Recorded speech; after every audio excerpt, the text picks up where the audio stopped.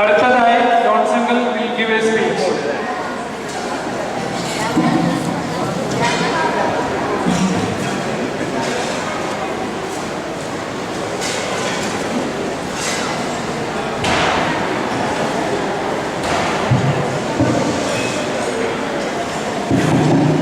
Hello, ഇന്ന് കുരുത്തൂടങ്ങര കുടുംബത്തെ സംബന്ധിച്ചിടത്തോളം, അതുപോലെ തന്നെ മറ്റം കാക്കശ്ശേരി കുടുംബത്തെ സംബന്ധിച്ചിടത്തോളം വളരെ പ്രധാനപ്പെട്ട ഒരു ദിനമാണ്. കുരുത്തൂടങ്ങര കുടുംബത്തിൻ്റെ എല്ലാ കൺട്രോളിങ് നടത്തിയിരുന്നതായിട്ടുള്ള ഞങ്ങളുടെ പിതൃതുല്യരായ സഹോദരൻ കുഞ്ഞിപ്പാലിച്ചേട്ടൻ മരിച്ചിട്ട് ഒരു കൊല്ലം തികയുന്നു. അതുപോലെ ഞങ്ങളുടെ കുടുംബത്തിന് വേണ്ടി വളരെയധികം ത്യാഗം സഹിച്ച കാക്കശ്ശേരി വർഗീസ് മകൾ റോസിലി ചെലുത്തിയാരെയും ഈ അവസരത്തിൽ മരിച്ചിട്ട് 13 കൊല്ലമായി. ചെലുത്തിയാൽ ഈ അവസരത്തിൽ ഞങ്ങൾ നന്ദിപൂർവ്വം സ്മരിക്കുകയാണ്. ഇന്ന് നമ്മൾ കാണുന്ന ഈ കമ്പ്യൂട്ടർ യുഗത്തിൻ്റെതായ യാതൊരു പരിവേഷവും ഇല്ലാത്തൊരു കാലഘട്ടത്തിലാണ് കുഞ്ഞിപ്പാലിച്ചേട്ടൻ്റെ ജനനവും വിദ്യാഭ്യാസവും. നമ്മുടെ കൊച്ചാപ്പച്ചൻ അല്ലെങ്കിൽ ഫാദർ ജോസ് അരിമ്പൂർ പറഞ്ഞതുപോലെ 1ാം ക്ലാസ് മുതൽ 4ാം ക്ലാസ് വരെയുള്ള വിദ്യാഭ്യാസം മാത്രമേ അമ്മർത്തുള്ളൂ. 4ാം ക്ലാസ് കഴിഞ്ഞാൽ 10ാം ക്ലാസ് വരെ ചേർപ്പ് വിദ്യാലയത്തിലേക്ക് പോയി പഠിക്കണം. ഇവിടെ നിന്ന് 8 കിലോമീറ്ററോളം ദൂരത്തിൽ കുഞ്ഞിപ്പാലിച്ചേട്ടനും മൂത്ത സഹോദരി ലൂസിപ്പങ്ങളും കൂടി നടന്ന് പൂത്തറക്കൽ പാലം പൂത്തറക്കൽ റോഡിൽ കൂടി പോയി ചേർപ്പ് സ്കൂളിലേക്ക് കാലത്ത് 8 മണിക്ക് ഇവിടെ നിന്ന് പോയി 9-9:15 അവിടെ എത്തും. പഠനം കഴിഞ്ഞ് 4-4:15 അവിടെ നിന്ന് പോന്നു കഴിഞ്ഞാൽ 5-5:30 മടങ്ങി വീട്ടിലത്തെ സാമ്പത്തിക സ്ഥിതി വളരെ പരിതാപകരമായിരുന്നു. 8 മക്കളുണ്ട്. ലൂസി, കുഞ്ഞിപ്പാലു, അത് കഴിഞ്ഞാൽ വർക്കിച്ചേട്ടൻ, സെബാസ്റ്റ്യൻ, ഒരു ആൻഡ്രു എന്ന് പറയുന്ന സഹോദരൻ മരിച്ചിട്ടുണ്ട്. അതിന് താഴെ ആനി, ജോൺസൺ, കൊച്ചുറാണ്. അപ്പോൾ അത്ര ഒരു കുടുംബം താങ്ങാവുന്ന സാമ്പത്തിക ശേഷി ഉണ്ടായിരുന്നില്ല എങ്കിൽ പോലും ഞങ്ങളുടെ പിതാവ് എല്ലാ മക്കളെയും കഷ്ടപ്പെട്ട് പഠിപ്പിച്ചു എന്നുള്ളതാണ്. ഒരു ആൻഡ്രു എന്ന് പറയുന്ന സഹോദരൻ അകാലത്തിൽ ചർമ്മമായിരുന്നു. മറ്റുള്ള 7 സഹോദരന്മാരും നല്ല റാങ്ക് ഉദ്യോഗസ്ഥന്മാരായിട്ട് വിരാജിക്കാനായിട്ടുള്ള ഭാഗ്യം, അത് കണ്ട് അനുഭവിക്കാനായിട്ടുള്ള ഭാഗ്യം ഞങ്ങളുടെ അപ്പച്ചനും അമ്മച്ചയ്ക്ക് ലഭിച്ചിരുന്നത് വലിയൊരു കാര്യമായിട്ട് ഞങ്ങൾ കണക്കാക്കുകയാണ്. 7 പേരും നമ്മുടെ ഗവൺമെൻറ് ശമ്പളം മേടിക്കുമ്പോൾ സർവീസ് സ്റ്റാമ്പിൽ ഒപ്പിട്ടിട്ടുള്ള ശമ്പളം മേടിക്കുക. 7 പേര് സർവീസ് സ്റ്റാമ്പിൽ ഒപ്പിട്ട് ശമ്പളം മേടിച്ചു.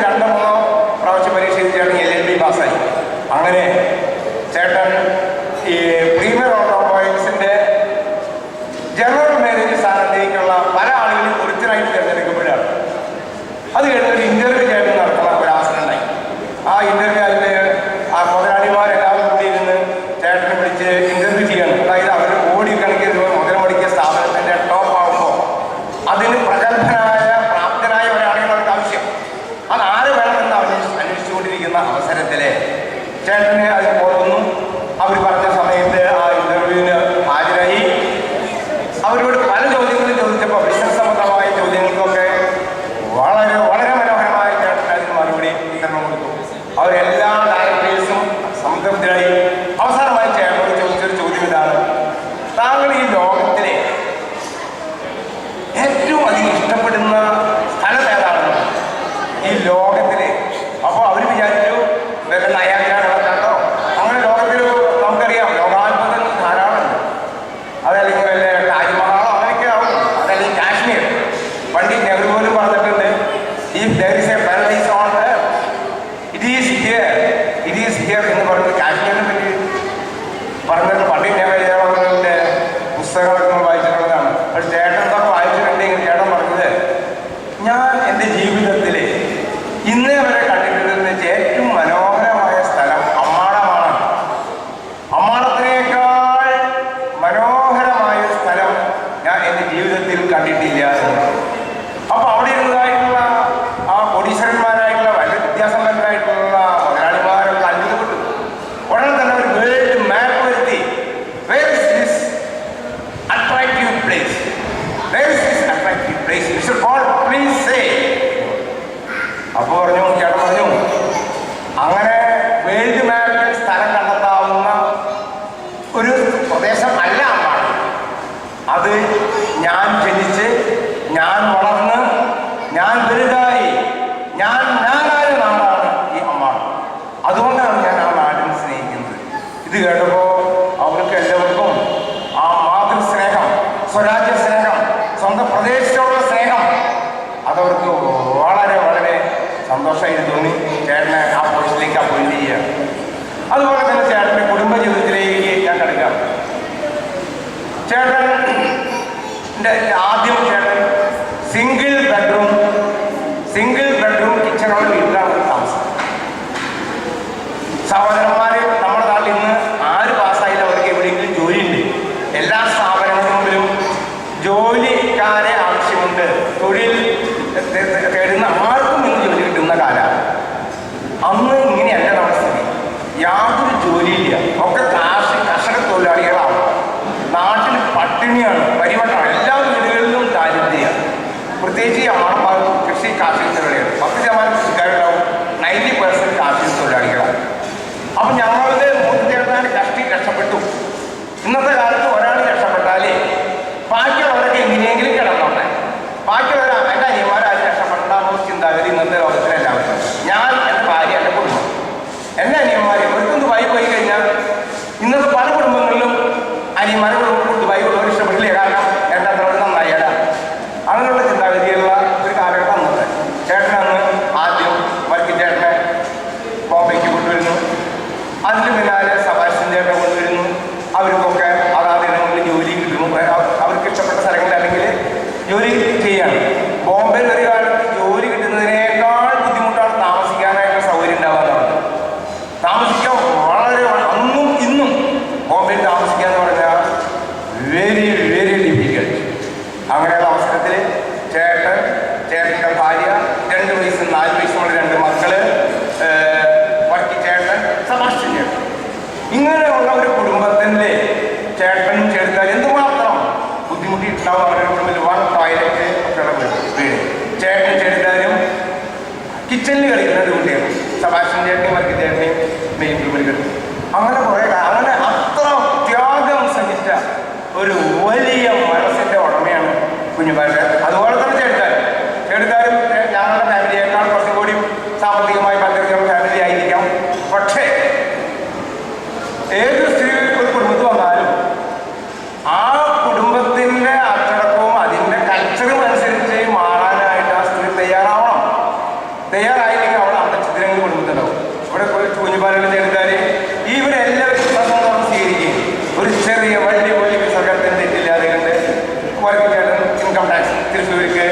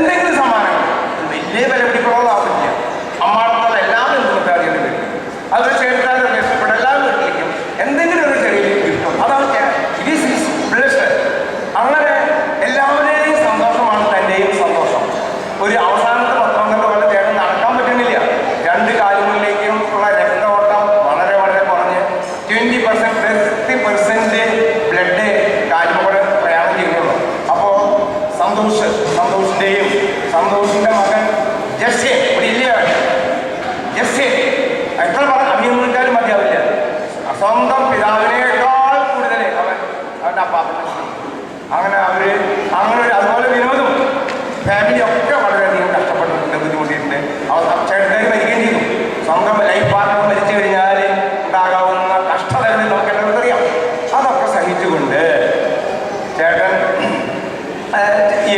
ഒരു കൊല്ലം മുമ്പ് മരിക്കുകയാണ്. അപ്പോൾ ചേട്ടൻ പലപ്പോഴും പറയാറുണ്ട്, ഞാൻ മരിക്കുകയാണെങ്കിൽ എനിക്ക് അമ്മാടത്ത് എൻ്റെ ശവസംസ്കാരം നടത്തുമെന്ന് പറയാറുണ്ട്. ചേട്ടൻ മരിച്ചു പെട്ടെന്ന് 62 ചേട്ടൻ മരിച്ചു ബോംബെയിലാണ്. അപ്പോൾ ചേട്ടൻ മനോഭാവത്തിന് ആ ഒരു ഫേക്കായി ചേട്ടൻ്റെ ഡെഡ് ബോഡി ബോംബെയിൽ, എൻ്റെ ഡെഡ് ബോഡി അമ്മാടത്ത്. അപ്പോൾ ആദ്യം പറഞ്ഞത് എപ്പോൾ മരിച്ചാലും അപ്പോൾ അമ്മാടത്തേക്ക് വിമാനമാർഗം കൊണ്ടുവന്ന് അമ്മാടത്ത് സംസ്കരിക്കണം എന്നാണ്.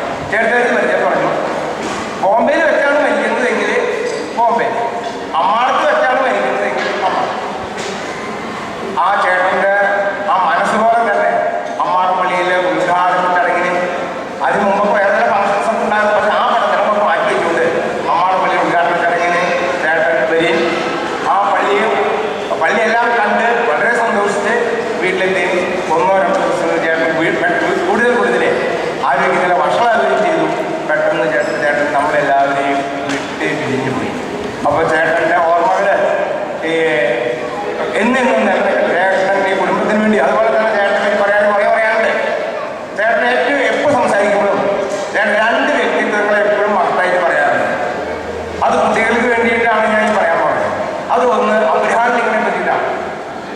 അബ്രഹാം ലിങ്കനെ പറ്റി പറയുമ്പോൾ നമ്മളെപ്പോഴും ഓർക്കും ലിങ്കൺസ് സ്പീച്ച് അറ്റ് ഗെറ്റിസ്ബർഗിൽ ലിങ്കന്റെ പ്രസംഗം അതുവരെ ലോകം കണ്ടിട്ടുള്ള വെച്ച എല്ലാ പ്രസംഗങ്ങളെക്കാളും ഏറ്റവും മഹത്തരമായ പ്രസംഗമാണ് ലിങ്കൺസ് സ്പീച്ച് അറ്റ് ഗെറ്റിസ്ബർഗ്. ഇന്നും ലിങ്കൺസ് സ്പീച്ച് അറ്റ് ഗെറ്റിസ്ബർഗിനെ മറികടക്കാവുന്ന പ്രസംഗം ഇല്ല എന്നാണ് മഹാമാരൊക്കെ പറയുന്നത്. എന്താണ് ലിങ്കൺസ് സ്പീച്ചിന്റെ കണ്ടന്റ്?